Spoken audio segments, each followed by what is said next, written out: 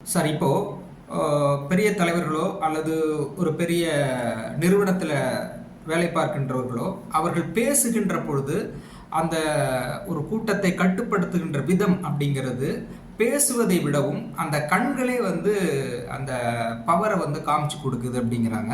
சிலர் சொல்கிறாங்க சார் வந்து கண்ணாலே பேசுவார், சார் அந்த பார்க்குற பார்வையிலே உடனே வேலைலாம் நடக்கும் அப்படின்னு சொல்லுவாங்க.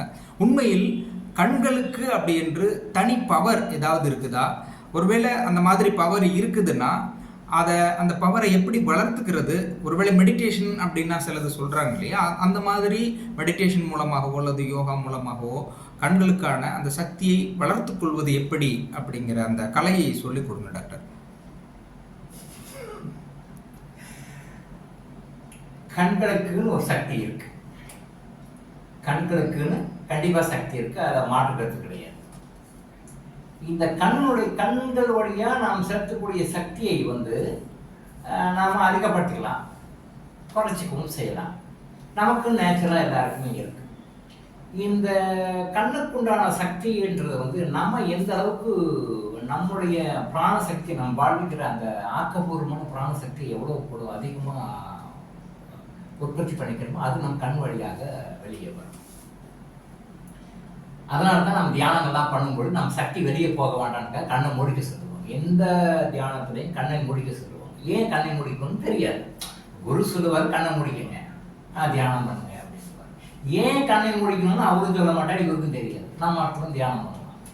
யாராவது இது வரைக்கும் கேட்டுருக்காங்களா, சார் ஏன் நான் தியானம் பண்ணும்போது கண்ணை முடிக்கணும் அப்படின்னு? தியானம் பண்ணும் பொழுது நம்ம பிரபஞ்சத்திலிருந்து சக்தி இழுக்கிறோம். ஏதோ ஒரு வகையில் பிரபஞ்சத்திலிருந்து சக்தி நம்ம உடம்புக்கு வருது, நம்ம வாங்கிட்டு இருக்கோம். அதை வாங்கும்போது வேஸ்ட் பண்ணக்கூடாது. அதை வேஸ்ட் பண்ணாமல் இருக்கிறதுக்காக தான் வந்து கண்ணை முடிக்கணும்னு சொல்லுவோம். தியானம் பண்ணும்போது கண்ணை முடிக்கணும் அப்படி சொல்லுவோம்.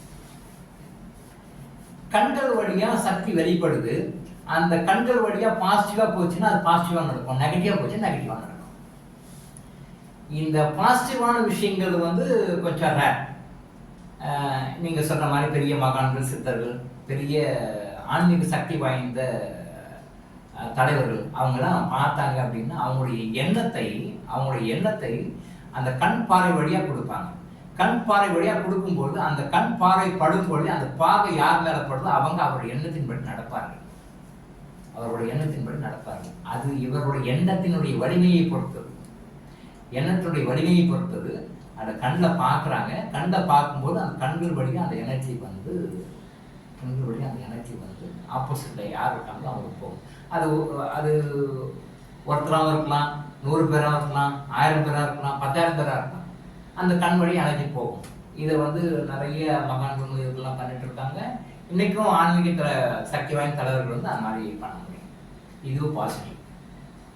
நெகட்டிவ் நம்ம கந்திஷ்டி அப்படின்றோம் இல்லையா, கந்திஷ்டின்றோம். ஒரு மேரேஜ் பண்ணுறோம், ஒரு ஃபங்க்ஷன் பண்ணுறோம், பண்ண முடிஞ்சதும் அதை வந்து திருஷ்டி கழிக்கிறதுன்னு சொல்லிட்டு கந்திஷ்டி கழிக்கிறதுன்னு சொல்லுவாங்க.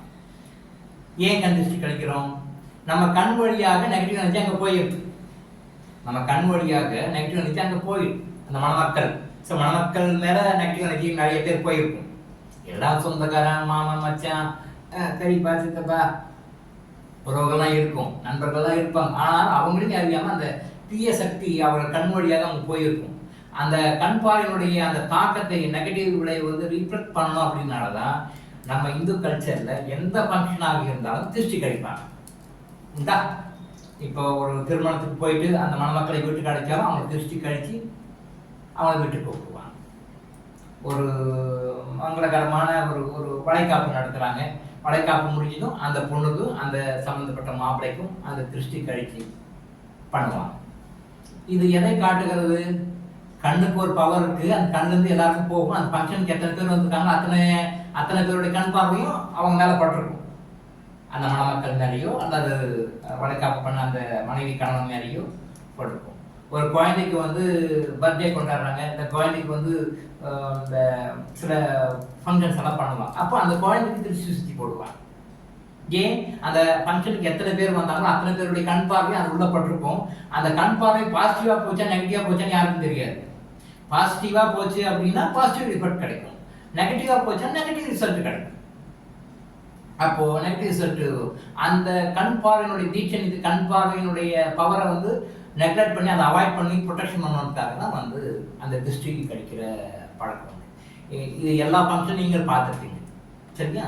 ஒரு குழந்தைக்கு பர்த்டே கொண்டாடினாங்க, நல்லா ரொம்ப கிராண்டாக பண்ணாங்க. ஒரு 200 பீப்புள்ஸ் எல்லாம் வந்தாங்க, எல்லாம் ப்ளஸ் பண்ணாங்க, கிஃப்ட்டு கொடுத்தாங்க, எல்லாம் பண்ணாங்க. ரைட், ஓகே, எல்லாம் முடிச்சுட்டு வந்துட்டாங்க.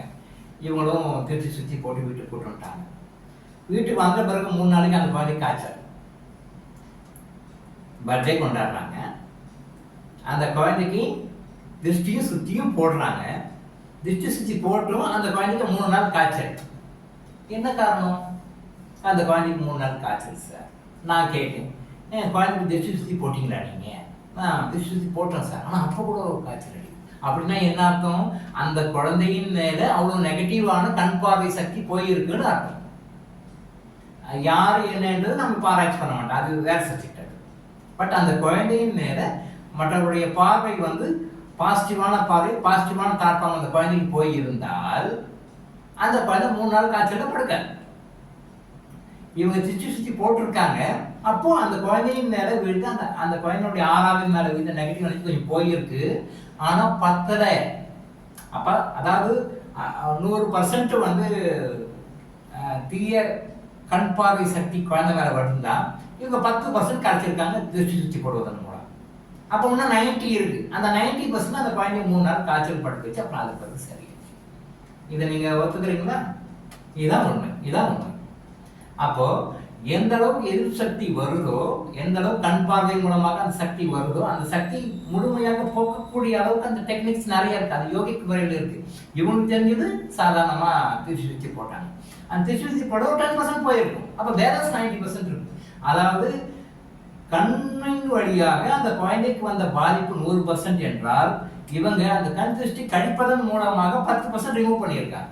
அப்போ பேலன்ஸ் 90% இருக்கு. அந்த பேலன்ஸ் 90% வேற முறையில அவங்க வந்து கிரியேட் பண்ணிருக்கணும், அவங்க பண்ண தெரியல, அதனால அந்த குழந்தை சாப்பிட்றாங்க. இது வந்து ஒரு இன்சிடென்ட் எக்ஸாம்பிளுக்காக சொன்னேன். இது மாதிரி நிறைய விஷயங்கள் இருக்கு. யாராவது ரிலேட்டிவ் வருவாங்க, வீட்டுக்கு வந்து பார்த்துட்டு எப்படி இருக்கீங்க, என்ன சாம்சங் விசாரிச்சு போறீங்கன்னா ஜஸ்ட் பேசுவாங்க. ஜஸ்ட் அவங்களோட கண் பார்வை அந்த வீட்டு மேல படுதுன்னா அது மேல அவங்க போன பிறகு இவங்க ரொம்ப சஃபரிங் இருப்பாங்க. அது சொல்லக்கூடிய கஷ்டமா இருக்கும், சொல்ல முடியாத கஷ்டமா இருக்கும். இந்த மாதிரி அனுபவங்கள் இதை பார்த்து இருக்கிற நிறைய பேருக்கு உங்க லைஃப்ல கண்டிப்பா இருக்கு. இந்த மாதிரியான அனுபவங்கள் இந்த வீடியோ பார்த்து இருக்கிற எல்லாருடைய லைஃப்லையும் கொஞ்சம் அப்படியே பின்னாடி திரும்பி பார்த்தீங்கன்னா கண்டிப்பா உங்க வாழ்க்கையில் அந்த மாதிரி இருந்திருக்கும். என்ன விஷயம்? கண்ணின் வழியாக அந்த சக்தி வருது. அந்த கண்ணின் வழியாக வருகின்ற சக்தி பாசிட்டிவா இருந்தால் நல்லது பண்ணும், கெடுதலாக இருந்தால் அது கெட்டது பண்ணும். இந்த கண் திருஷ்டின்றது மற்றவர்கள் மூலமாக, மற்றவருடைய கண்ணின் மூலமாக நம்மளை பாதிக்கிறது தான். இது எல்லா வகையிலும் எல்லாரையும் பாதிக்கும். இது கண் திருஷ்டின்றது வந்து உடம்பை பாதிக்கும், கணவன் மனைவி இடையே உறவை பாதிக்கும், குடும்பத்தினரிடையே உறவை பாதிக்கும், பொருளாதாரத்தில் தடைகளை ஏற்படுத்தும், குடும்பத்துக்கு தேவையான சிக்கல்களை ஏற்படுத்தும், இதுக்கு ஒரு பிசினஸ்ல லாஸை கொண்டு வரும். இதுக்கு நிறைய இருக்கு.